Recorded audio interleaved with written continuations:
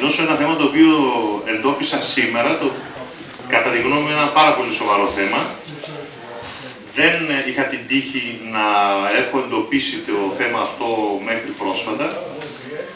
Ενημερώνοντας και τους καινούριους συναδέλφους, εγώ, ο κύριος Φανουράκης και ο κύριος Εγκλεζάκης είμαστε καθαριστές της εταιρείας Φύσης ΑΕ. Η Φύσης ΑΕ, για όσους ξέρουν, ήταν μια εταιρεία η οποία φτιάχτηκε για να προχωρήσει κάποια θέματα επεξεργασίας των απορριμμάτων. Υπήρξαν πολλά πισωγυρίσματα, υπήρξαν αντιθέσεις, υπήρξαν κινήσεις πολιτών που είχαν μια αντίθεση. Σε κάθε περίπτωση, το προηγούμενο Δημοτικό Συμβούλιο πήρε μια απόφαση να τεθεί αυτή η εταιρεία σε εκαθάριση. Μέσα στα πλαίσια αυτών των αρμοδιοτήτων έχουμε προχωρήσει και είμαστε στη φάση της προκήρυξης ενδιαφέροντος για τα περιουσιακά στοιχεία που είναι τα ακίνητα στο σκουπιδότοπο δίπλα και η άδεια της παραγωγής του ηλεκτρικού ρεύματος από το μεχάνημα που θα προέρχεται από το εργοστάσιο επεξεργασίας.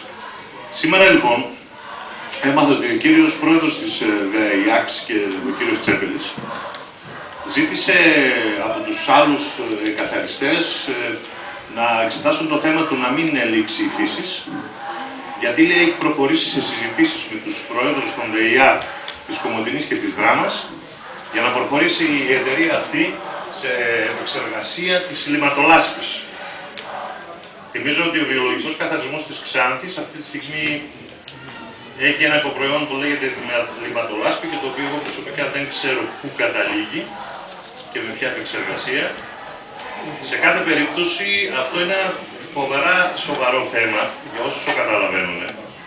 Με την έννοια ότι, από ό,τι ρώτησα και τον κύριο Μελισσόπουλο, ο οποίος είναι μέλος του Διοικητικού Συμβουλίου της ΔΕΙΑΞ, δεν έχει γίνει καμία συζήτηση και ούτε έχει υπάρξει καμία τέτοια απόφαση για εκδήλωση ενδιαφέροντος εκ μέρους της ΔΕΙΑΞ για αξιοποίηση του εργοστασίου της φύσης. Αντιλαμβάνεστε, κύριε Πρόεδρε και κύριε Δήμαρχε, ότι αυτό το θέμα, σε συνδυασμό με την άρνηση του Δημάρχου Χρυσούπολης να δεχτεί τον χώρο υγειονομικής στα φύση πολυμάτων, δημιουργεί ένα τεράστιο πρόβλημα στην τοπική κοινωνία, γιατί ξαναγυρνάει και φέρνει στα πόδια μας το πρόβλημα που υπήρχε για την μεταφορά όλων των απορριμμάτων της περιφέρειας εδώ. Δεν ξέρω με ποια αρμοδιότητα ο κ. Τσέπελης έχει τη δυνατότητα να αποφασίζει μόνος του και να κάνει επαφές με τους υπόλοιπους προέδρους των ΔΕΙΑ για να κάνει από κοινού αξιοποίηση της λιματολάσπης στο φύσης, δηλαδή στην Ξάνθη. Δεν ξέρω κατά πόσο έχει δικαίωμα να μην υπακούει στην απόφαση του Δημοτικού Συμβουλίου που ήταν η λύση και η καθάριση της εταιρείας και να επανεξετάζει ο ίδιος, ζητώντας μάλιστα τα αρχεία της εταιρείας αυτής, όχι από τους εκαθαριστές αλλά από τους υπαλλήλους της ΔΕΙΑΞ παλιά που εξυπηρετούσαν την περίπτωση αυτή, για να εξετάσει αυτό το θέμα. Δεν ξέρω ως εκ τούτου εάν και κατά πόσο είναι και επιλογή της παράταξης που διοικεί και θα διοικεί το Δήμο μια τέτοια προοπτική. Εγώ νομίζω ότι είναι ένα πάρα πολύ σοβαρό θέμα. Κάποτε πρέπει όλοι να καταλάβουμε ότι δεν μπορούν αυτά τα πράγματα να παίζουν στο παρασκήνιο. Δεν μπορούν να επαναρχόμαστε σε καταστάσεις που καλώς ή κακώς αποφασίσαμε ότι δεν μπορούν να προχωρήσουν.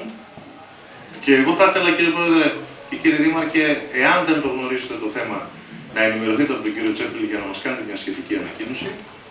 Σε κάθε περίπτωση θεωρώ απαράδεκτη την τακτική του αυτή, μόνος του, εν αγνία και του Διοικητικού Συμβουλίου της ΔΕΙΑΞ, από ό,τι μου είπε ο κ. Μελισσόπουλος, και εν αγνία του Διοικητικού Συμβουλίου της ΔΕΙΑΞ, όπου θα αναλάβαμε εμείς σαν κύριος μέτοχος σήμερα της εταιρείας αυτής ότι δεν είναι στις προθέσεις μας να αναβιώσουμε το φύσης, να βάζει τέτοια θέματα και να έχει επαφές με οποιουσδήποτε, θεσμικούς και μη, με προοπτική να αναβιώσει αυτή την κατάσταση. Και βέβαια με την ευκαιρία να μας πει και κάποτε με τι επεξεργασία γίνεται η λιματολάσπη αυτή τη στιγμή και πού καταλήγει και αν καταλήγει νόμιμα ή παράνομα. Ευχαριστούμε τον κύριο Ξυνίδη.